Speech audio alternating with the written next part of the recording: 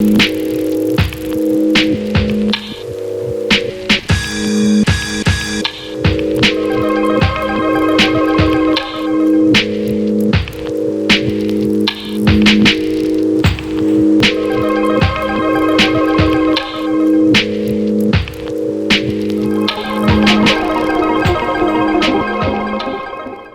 everyone, I'm Akanksha Kamath, Fashion Features Director of Vogue India, and welcome to Vogue India and Natural Diamond Council's Diamond Festival 2022. I'm so thrilled to call upon someone who is not only an incredible actor, she's a Gen Z icon and a young royal. There's a lot that Sara Ali Khan's 40 million Instagram followers, including me, don't know about her. But what we do know is that she is a law, history, and political science major from Columbia University who can quote Charles Dickens with as much ease as she does her signature Hindi. The rest, I can't wait to learn today. It's so lovely to have you with us, Sara. Thanks for joining. Namaste, I'm Sara Ali Khan. Thank you so much for having me. In our conversation with Sara today, we will get a peek inside her jewelry box, the facets that make it, and how she curates her jewelry as a Gen Z star of today. So we have a lot of ground to cover, Sara. We'll dive right in, starting with can you recall your first diamond memory? You know, you grew up with parents who are both actors. You must have spent a considerable amount of time on sets, I'm sure, and it was the 90s, which was the best and worst of fashion. Do you have a particular jewelry memory that you remember? Honestly, what I do remember is when mom was shooting for Kavyanjali, which was in I think 2004. There were these lovely like diamonds, solitaires and necklaces and rings, and well, they were not real. And I was just wishing that they were, because who doesn't love real diamonds? So I think the exposure on film sets is slightly more costume than we would hope for, because otherwise all actors would be kleptomaniacs. So I don't think that that's encouraged very much. But I think that I've always loved, even when I'm traveling abroad especially, I like going into like jewelry stores, whether it's in Venice or whether it's in New York, and just like trying diamonds on that we can't afford and we are not about to buy.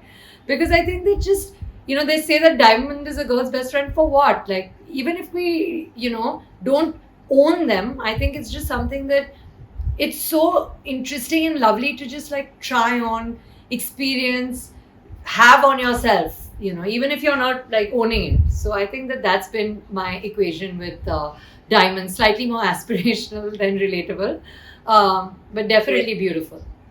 Do you then dip into your mom's diamonds? Because I tend to do that. And do you borrow from yours? And do you style it differently from how she wears hers? My mom used to tell me that, her mother she always describes her mother with like sunglasses and red lipstick and diamond solitaires. And I think that to me, that is like the epitome of class and grace. There's just something so beautiful about, and I haven't even obviously I was 9 months old, so there's no real memory. And I think that phones and Instagram was not really a thing back then. So my kind of visual of my grandmother is just sunglasses, Chanel No. 5, red lipstick, and diamond solitaire. And what about, we're talking about your nani. What about your dadi? You come from the Pataudi family. Are there any legacy pieces or anything that you've inherited? There is one. So I have to tell you about it. They are these lovely chand balas, okay, with kundan diamonds on them. And there's a rule in the family that it will go to the sons and the sons' wives. So it was my grandfather's mother's, so my great grandmother's, and it was given to my dadi. And then it was to be given to my mother, and then it was to be given to Ibrahim's wife, whenever. And I realized by the age of like 13 that Ibrahim's wife cannot, I hope I love her, but Ibrahim's wife cannot have this. So we had to break this ancestral rule. So I have a piece of paper handwritten by my grandfather, wherein this heirloom has skipped the whole son's wife and has come to me. And they're extremely heavy, almost unwearable, but stunning chandbalas that I now own. Legally, I have a paper. You have a paper for posterity. Yeah, signed by my grandfather. Yeah. And are there any other pieces at all that, Sharmila Tagore is just such an inimitable style icon. Is there anything that, you remember of her on screen, even when it comes to her jewelry, that has stayed with you? I think that even my grandmother, whether it's bracelets, but I don't think that anyone in the family is really into loud jewelry, which is what I really like. Like sometimes people think that jewelry has to necessarily be over the top, but it doesn't. I mean, you could like diamonds and just wear a pair of earrings and have a conversation, and it's enough. Or you can have like just ring. Just some like, I think we're all slightly more minimalistic people. Um, but even Dadi, like solitaires, tennis bracelets, things like that, she used to and still does. Yeah. I read somewhere that you are super into The Last Czars, the show. Love that you read that. What lovely jewelry, though, right? I was gonna come to that. I mean- Have you noticed the jewelry? Are stunning. I remember a little more rubies than diamonds for some reason, but maybe it's just because Czar strikes red in my mind. But I think it was just stunning. Some of the pieces were really, really beautiful. Costumes, jewelry, production design. I think it was one of like the better episodes we've watched. It was visually like really, really thrilling. Apart from, of course, the history nerd in me having just a great time. But yeah, beautiful stuff. Yeah. And how different is this from your personal style? You said that you're very minimal. How do you? I am. It's about what you're feeling.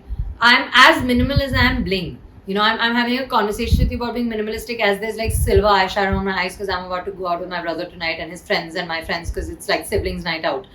So I think you have to do what your mood wants you to do. And I think that diamonds especially are so eclectic in that sense. I mean, a pair of solitaires is like pretty relaxed, as is a tennis bracelet.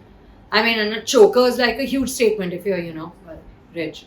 So I think that it's pretty eclectic, and I think that you can style it to your comfort zone. Not all diamonds are unaffordable, or not all diamonds have to be extremely exquisite. Some can be like basic also. So I think it depends on like what your style is, and you will find your match. And I mean, even you as a person, your personal style, from what I see, is you will be seen in a white kurta as much as you're seen in like athleisure, leaving the gym, or Exactly. some glam. So how do you kind of wear your diamonds differently for all these different spheres in your life? Like I said, I think like a tennis bracelet or like, simple solitaires is what I would wear if I was wearing, an Indian outfit. If I was going to, red carpet, I would beg my stylist to get me like heavy diamonds that I can't afford on a daily basis and wear them.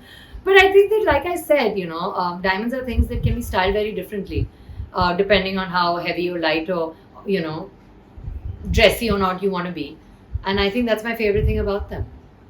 Do you own any diamonds, and have you bought anything for yourself to like punctuate a certain moment in your life? It could be a big box office hit, it could be a birthday, or something that you received. I think my father has given me a pair of diamond solitaires, studs, nice, simple, sweet, that I really appreciate. All these panels that we've been having as part of the Diamond Festival, and we've spoken to many people in very different topics, from like ungendered jewelry to, other things. But somehow the conversation always comes back to how are Gen Z buying or perceiving diamonds? There's just so much allure around like how you like your diamonds. Do you see around yourself with your friends or with your generation that do you care for what the story is behind a diamond?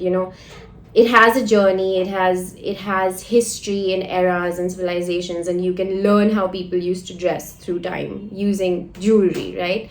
Do you think your generation cares for all of that, or is it more like Instagram gorgeous image? I don't think it's generational. I think it's personal. I think it depends on the kind of person you are. I'm the kind of person that will, go to museums, whether it's in Florence or whether it's in London, and want to know about diamonds and want to know the history of diamonds, especially our lovely diamond that's in the Tower of London. I don't like talking about it. But apart from just that, I think that the diamonds are aspirational, and I think that it's something that we all kind of dream of, like, and I don't think it matters why you necessarily like it. You could just be like a flashy person, or you could be interested in the history and culture of it, or it could be really pretty, or it could be of historical relevance to your country or you or your family. And again, I think my favorite thing about diamonds is the fact that its usage or its value, and when I say value, I mean sentimental value, is extremely personal. I think it depends on who you are, and everybody has a different journey and experience with diamonds, and that's great. Yeah, yeah. Do you have a, you've spoken so much about trying on diamonds when you're traveling or anything. Do you have something on your dream wish list? Something that you just. Harry Winston's? Is it not Same girl, everyone? same. Honestly, I think Harry Winston is a little out of my budget, so I don't think that there's a particular piece, because I don't want to get attached and then disappointed. But it's just generally the whole experience of going there and trying things on and just seeing your hands like sparkling. It's just exquisite. For me, it's more about the aspiration and the dreaming of it than anything else. And out of all the people in the industry, your friends, icons, anyone you look up to, co-stars, who has the most enviable jewelry box according to you? I would say, if you know, tell me and I'll rob them, but then you won't use that. So I will say, I think from whatever I've seen on Janvi, I probably think Sridevi ma'am has like a lovely set of like lots of interesting jewelry, because like every time I see Janvi wearing something like really pretty, I'm like, where's this from? And she's like, oh, it's mom's. So I probably think Sridevi ma'am would be the answer. Sara, I'm so interested in seeing what you're wearing today. I can see a little bit of sparkle on that dress. Please show us what you're wearing. So there's a little bit of sparkle on my dress, there's a little bit of sparkle on my eye, and there's a little bit of sparkle on my ears. Thanks so much, Sara. It was so nice speaking to you and learning about how you like to curate and craft your jewelry box, the pieces that you aspire to, and of course, your long legacy of jewelry that hopefully sooner you will have it all.